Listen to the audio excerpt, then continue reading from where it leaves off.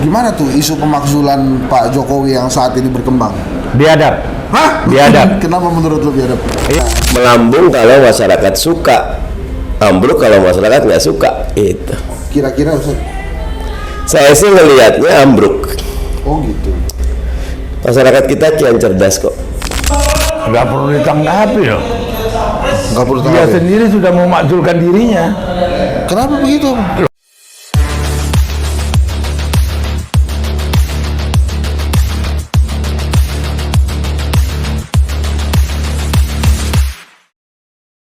Ya. Loh, isu pemakzulan tuh menurut lo gimana men?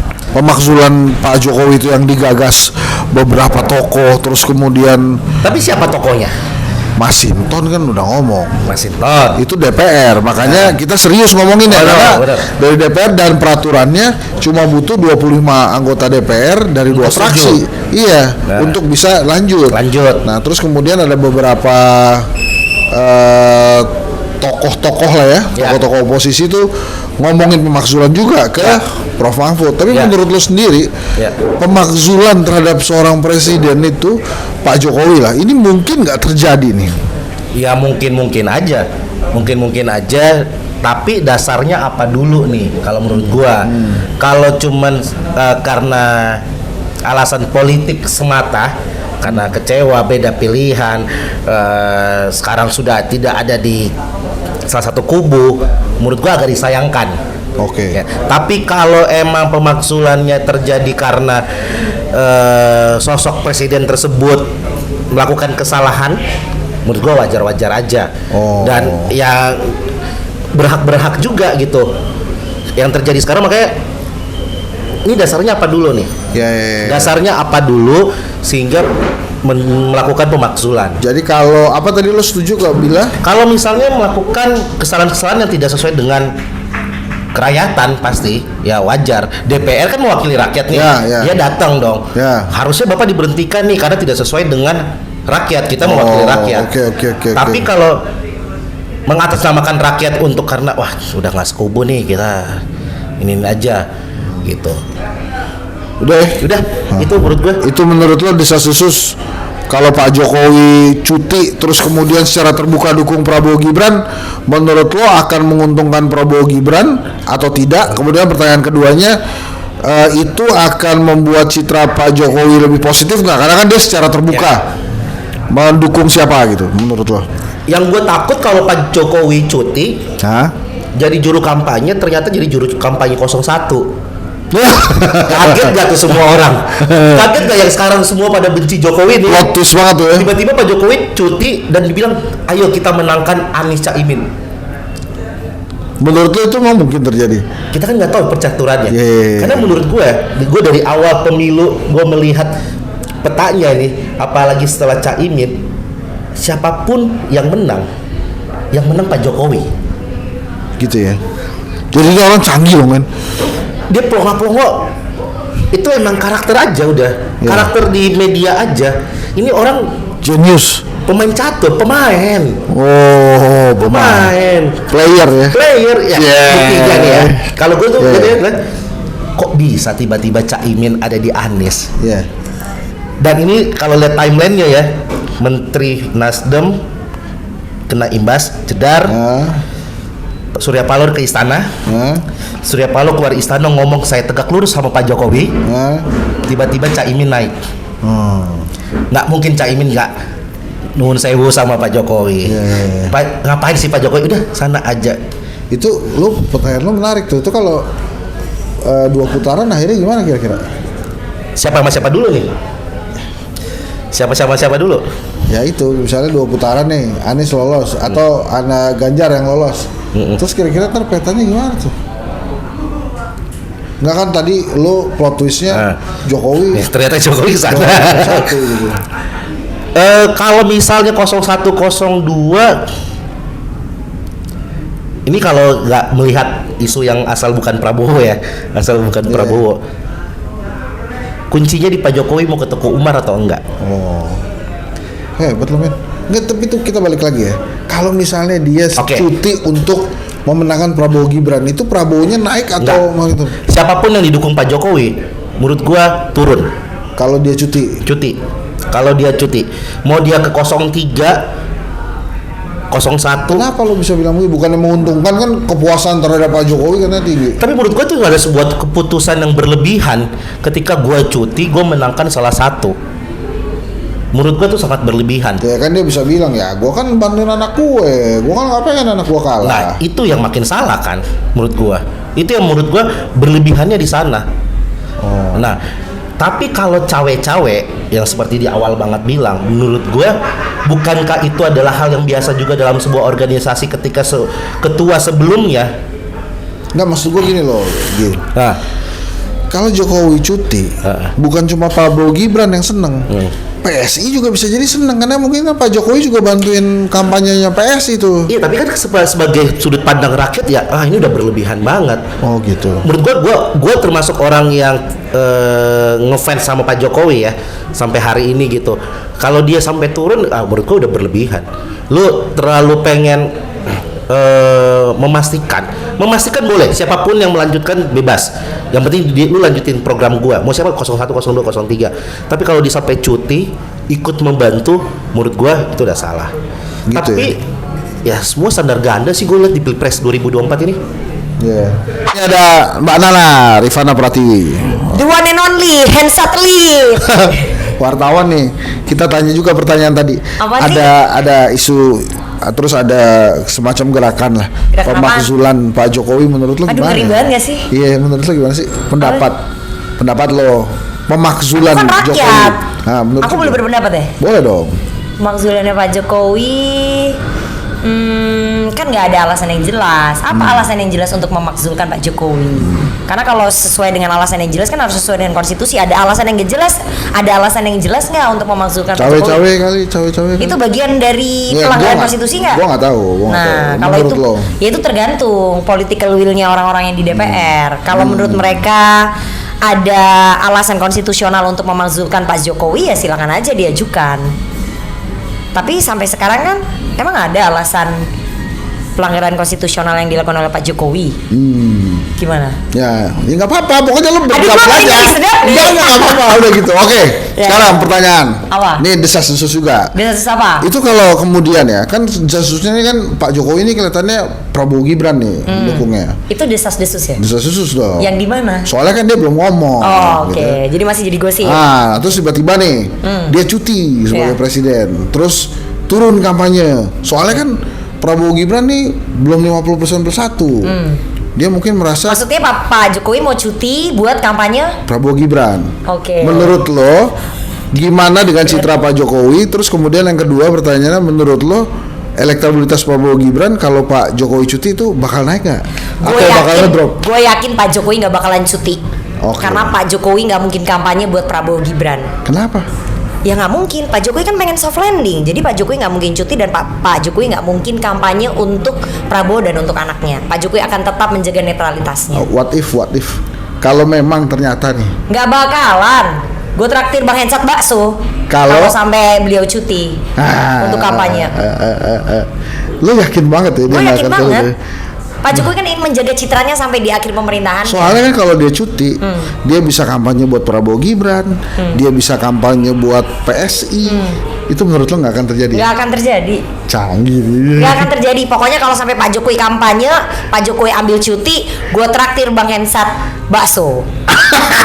Ya udah, thank you ya. Ya, Thank you. ya. Oke, nah ini gue sekarang sama Mas Uki, Siap, Bungkawa PSI, Siap. Bungkawa nomor 2. siap. Menurut lo, Ya, gimana tuh isu pemakzulan Pak Jokowi yang saat ini berkembang? biadab. Hah? Biadab. Kenapa menurut lo biadab? Iya, karena sebenarnya itu adalah pengalihan isu aja sih menurut gua, karena kerja-kerja elektoral ya, salah satu paslon itu udah nggak mungkin lagi ya salah mencapai satu sebuah paslon ya? kemenangan. Yes. Dan si salah satu paslon tersebut kita sama-sama tahu ya ini punya latar belakang, di mana latar belakang tersebut ada kerenggangan dengan Pak Jokowi yang memiliki popularitas, approval rate, tingkat kepuasan yang tinggi oleh masyarakat ya, di mana kerenggangan tersebut kemudian memberikan korelasi negatif antara Ini Ini kita lewatin dulu aja. Nanti kita tanya juga. Oh ya, siap. Nah, nanti kita Bang tanya Mardhani, juga. salam Nanti takzim, kita- salam takzim. Ini lagi nanggung nih, Ustaz. Nanti kita tanya nih. Ya, siap. Oke, Ya, kita lanjutkan ya. Nah, lanjut tadi. Ya, jadi ada korelasi negatif ya antara approval rate Pak Jokowi dengan si paslon tersebut gitu.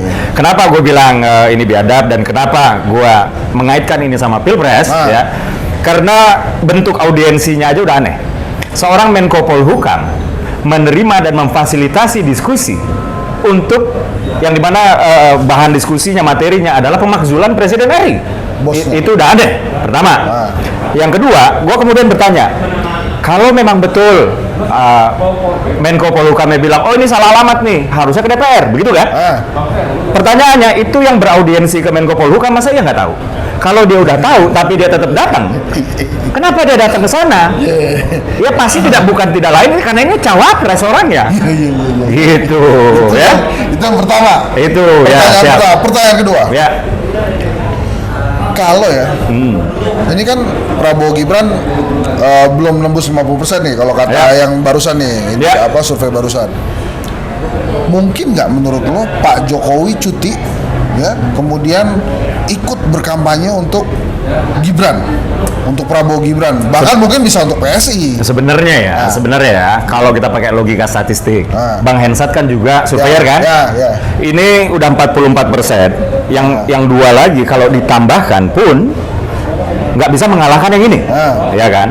Ini artinya kalau kita menegasikan sementara yang tidak tahu dan tidak jawab, ini udah di atas 50%. Nah, pertanyaan yang tidak tahu tidak jawab ini distribusinya mau kemana?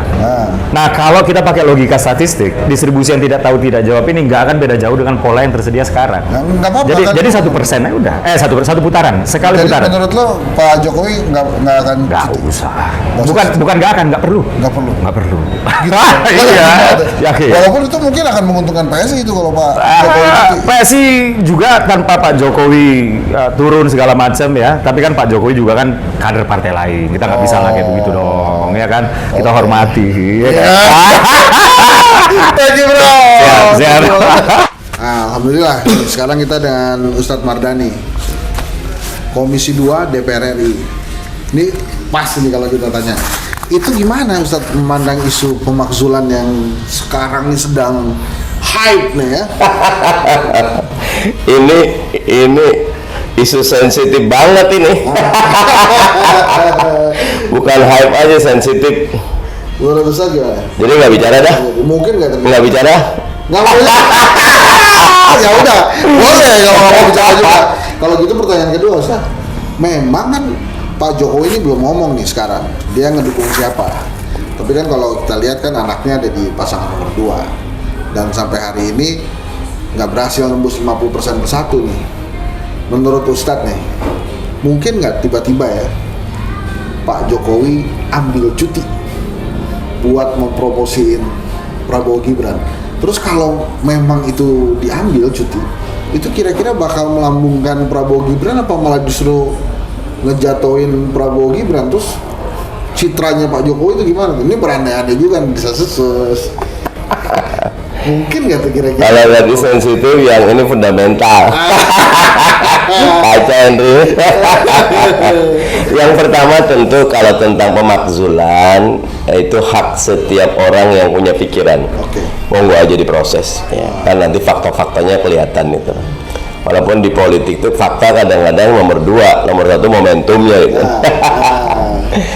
Kalau yang kedua, kalau Pak Yusuf Kalla sih bilang Jokowi itu kan bukan cuma kepala pemerintahan tapi kepala negara. Nah, kalau kepala negara harus adil. Tapi kalau mau cuti monggo kerso. Kita malah senang kalau ada yang cuti jadi presiden gitu kan. Nggak apa-apa tuh Ustaz. Iya, itu kan hak asasi dia, di aturannya boleh. Aturan KPU-nya boleh, tetapi lagi-lagi kalau masyarakat habis itu marah karena dia tidak netral, dia terkesan menjadi bukan kepala negara tapi jadi kepala keluarga, itu loh. Itu nanti itu tuh. Dia pengen bantu anaknya. Iya, namanya bapak sayang anak gitu kan. Monggo aja gitu. Nah itu kira-kira kalau dibantu nih sama Pak Jokowi cuti, bakal melambung nggak elektabilitas? Ya namanya pertanyaan kira-kira bisa melambung, bisa ambruk gitu loh. Oh gitu ya? Iya, melambungnya kalau masyarakat suka, melambung kalau masyarakat suka, ambruk kalau masyarakat nggak suka. Itu. Kira-kira Ustaz? Saya sih ngelihatnya ambruk. Oh gitu. Masyarakat kita kian cerdas kok. Ketika keputusan MK keluar saja, itu migrasi yang tadinya dukung Jokowi menjadi lebih rasional dan banyak yang melawan, cukup lumayan. Apalagi kalau dia bahasanya turun gunung gitu kan. Kalau kita mau udah seneng, turun aja semua gitu loh. Gitu Itu ya? namanya usaha kan gitu loh. Iya. Ini kondisi sekarang di Komisi 2 gimana Ustaz? Komisi 2 lagi bahas kemarin honorer. Ini banyak sekali honorer kasusnya. Yang kedua bahas KPU yang punya banyak catatan dan Bawaslu. Nah, netralitas gitu loh. Bentar lagi kayaknya akan ada undang-undang daerah khusus Jakarta harus dibahas gitu. Oke. Makasih ya. Makasih Ustaz. Sudah dengan Opung pada Nababan. Sama juga masih pertanyaan kita. Opung menyikapi isu pemakzulan Jokowi itu gimana Opung? Nggak perlu ditanggapi loh. Nggak perlu Dia tanggapi. sendiri sudah memakzulkan dirinya. Kenapa begitu Opung? Loh, dengan sikap dia, statement pernyataan dia, itu kan sudah statement dari orang-orang yang sedang dimakzulkan. Contoh, iya kan? Contoh ketidaktepatan omongan dan mudahnya berbohong. Iya kan? Dia aku pilih Ganjar, aku promosi Ganjar. Kemudian Prabowo. Gitu loh. Itu sayang gitu loh. Jadi tingkat kejatuhan itu dia ciptakan sendiri. Itu dia dapat dari mana ilmu itu gitu loh. Dia dapat dari mana itu ilmu itu? Jadi dia kalau apa tuh Metro Mini, seinnya ke kanan dia ke kiri. Nah itu. Walaupun udah diteriakin, Tapi tetap. ke kiri dia. Nih satu lagi Opung. Kan sampai hari ini tuh Prabowo Gibran kan nggak nembus 50% ya elektabilitas. Itu misalnya nih Pak Jokowi turun gunung, dia cuti kampanye buat Prabowo Gibran. Menurut Opung tuh akan melambungkan elektabilitas Prabowo Gibran nggak? Bukan yang terjadi sekarang. Saya kan waktu itu bilang waktu di CNN. Udah 2 periode Prabowo 40%. Ya. Jokowi 80% apa dia? Ya. Yang kepuasan ke dia. Setengah aja, udah selesai game. Tapi ternyata enggak. Rupanya tambah meningkat yang benci kepada Jokowi. Yang tidak suka kepada Jokowi, korbanlah Prabowo. Gitu loh. Maka saya bilang Jokowi jangan kau setengah hati mempromosikan Prabowo, kasihan Prabowo. Gitu loh. Jadi perlu cuti dong Opung? Perlu juga cuti. Bukan cuti gimana? Cuti kemudian kampanye untuk Sama dia pun nggak cuti sekarang udah kampanye kok. Kau normatif ukuran tersesat kau. Jadi mau kalau ketemu Pak Jokowi ada yang ingin disampaikan tuh? Apa? Kalau Opung ketemu nih sama Pak Jokowi sekarang apa yang ingin disampaikan kira-kira? Pertanyaanku, apa yang mau siapalah disampaikan? teman menasehatimu seperti peranan saya dulu menasehati? Siapalah itu sekarang? Itu aja. Aku kan pernah lama di samping dia, menasehati dia, memberikan ide-ide kepada dia. Sekarang siapa? Gitu loh. Ya udah, gitu aja Bu. Terima kasih banyak ya Bu. Thank you. Dia mau yang sensasi ya kita kasih.